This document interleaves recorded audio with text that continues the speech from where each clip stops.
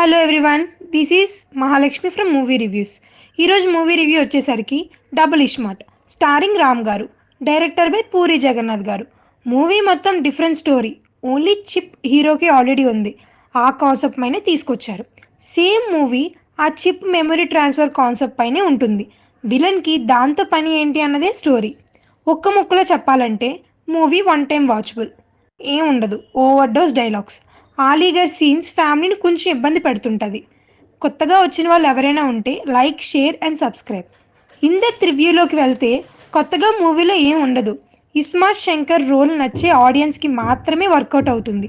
Remaining వాళ్ళకి పెద్దగా ఏం అనిపించదు. వాళ్ళకి కూడా ఓకేగా ఉంటుంది. పాజిటివ్స్ వచ్చేసరికి Ram energy, music is okay. అక్కడక్కడ సీన్స్ మదర్ సెంటిమెంట్స్. ఇవి కాకుండా మిగతా అంతా నెగిటివ్సే.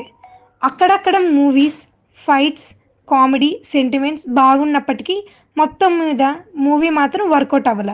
సాంగ్స్, డ్యాన్స్ బాగున్నాయి. డైలాగ్స్ ఆలీ గారివి అయితే పెద్దగా ఏం వర్కౌట్ అవ్వాల. Another flop for Ram and Puri garu. Still watching for Puri Jagannadh గారి కమ్బ్యాక్ సీన్. మేం దీనికి ఇస్తున్న stars 2. That the review guys. See you on the next review.